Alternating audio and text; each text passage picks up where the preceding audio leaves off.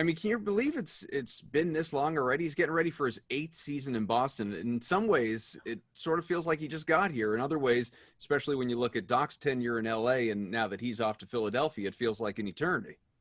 And he's what, third or fourth now on the list, like the longest tenured coaches now. And Right. he was in the top 10 very quickly.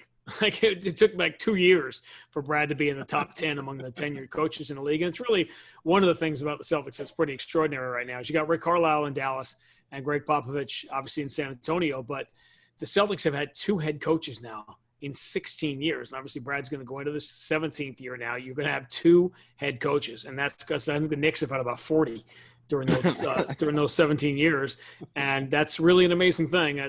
Again, one of the really the highlights of an organization, which, as you know, we'll probably get to this point where I was beginning for the first time to lose some of my patience with the vocal minority among the fan base that were, so unhappy with the way this year ended.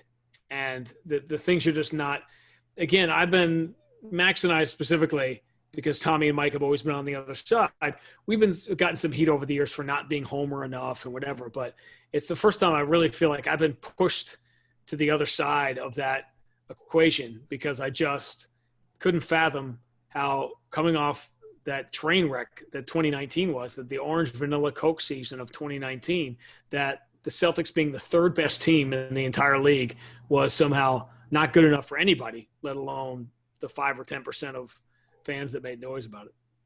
Yeah, we had debates about that on this show about how much blame gets thrown around because everybody wants to play the blame game as soon as the season's over. And, I always since I started listening to Michael Lombardi, I've started to sort of evaluate things differently when it comes to evaluating team performance. And when you really step back and you look at all, it's not just A or B or C, it's a combination of everything. But the one thing I had a hard time with, Sean, was coming to the point where, is this really Brad's fault? People are like, oh, he's not adjusting for things. I'm like, how do you know he's not making adjustments? He's not the guy in the court turning the ball over 19 times in a game. He's not the guy missing shots. He puts his guys in situations that he thinks that they can execute. And when they don't execute, that's their problem, not really Brad's. I had a hard time understanding where people came from in terms of this is primarily Brad's fault. And I'm like, how do you analyze that? How do you go to that conclusion? Because I could easily make the conclusion of he's not out there missing shots. He didn't put this roster together either. This is Danny trying to put guys together and give Brad a team he thinks that Brad can handle. It's not, Brad's fault that, maybe they're missing a veteran here that they need or a backup point guard here that they need. It doesn't have anything to do with that. It has to do with guys on the court ultimately performing, and those guys didn't perform as well as Miami did. And give Miami a lot of credit because they overcame a whole lot to get where they were. So in the whole pantheon of blame, I, like you, Sean, found it hard to just solely blame Brad Stevens for all the Celtics problems this season. Well, here's what happened, right? Among the many problems you have to have a strong opinion these days, or you don't get on a talk show.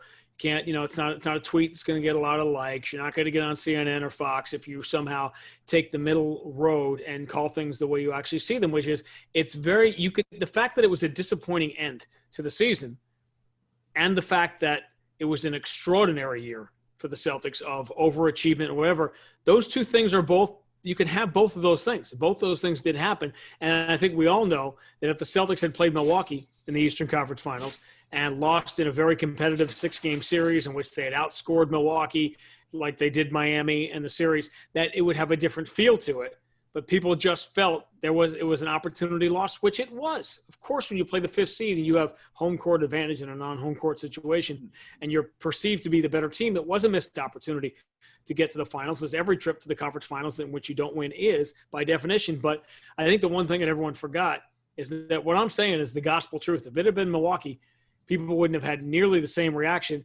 And yet Miami, they squeaked by the Celtics. They crushed Milwaukee. That wasn't close. They demolished the Bucks in that series, and Milwaukee was lucky to win the game in that series, that overtime game that Chris Middleton won for them. So now you got to look at the reality was, as Brad Stevens himself said many, many times, that thing was its own season. I know I tried to make it the continuation of that 1920 season, but it was its own entity.